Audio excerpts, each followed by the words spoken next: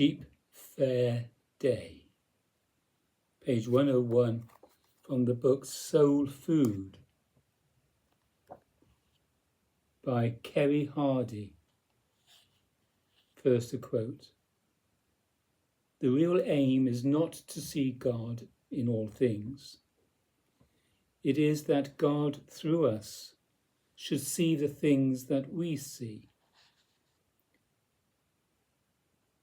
Sime Wheel. So Sheep Fair Day. I took God with me to the sheep fair. I said, look, there's Liv, sitting on the wall, waiting. And these are pens and these are sheep. This is their shit we are walking in. This is their fear.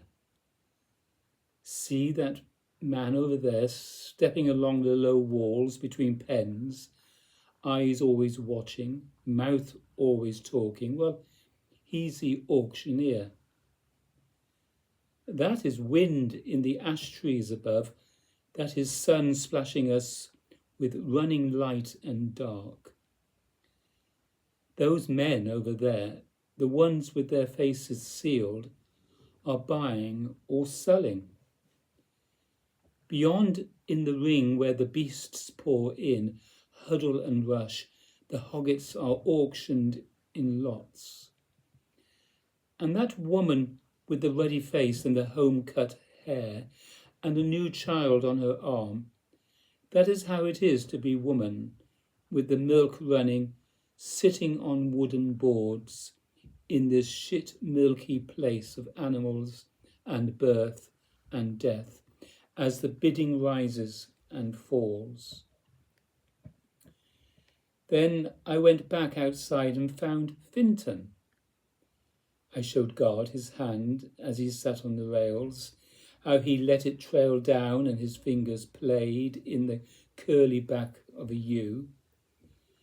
Finton's a sheep man. He's deep into sheep, though it's cattle he keeps now for sound commercial reasons. Feel that, I said. Feel with my heart the force in that hand that's twining her wool as he talks. Then I went with Finton and Liv to refreshments. I let God sip tea, boiling hot, from a cup.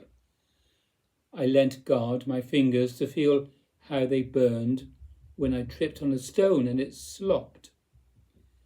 This is hurt, I said, and there'll be more. And the morning wore on and the sun climbed and God felt how it is when I stand too long, how the sickness rises, how the muscles burn. Later, at the back end of the afternoon, I went down to swim in the green slide of a river. I worked my way under the bridge against the current. Then I showed how it is to turn onto your back with, above you and a long way up, 2 gossiping pigeons and a clump of valerian holding itself to the sky. I remarked on the stone arch as I drifted through it, how it dapples with sunlight from the water, how the bridge hunkers down, crouching low in its track and roars when a lorry drives over.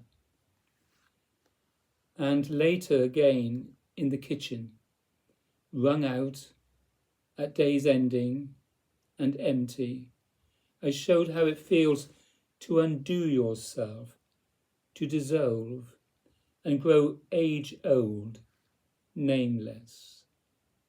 Woman sweeping a floor, darkness growing.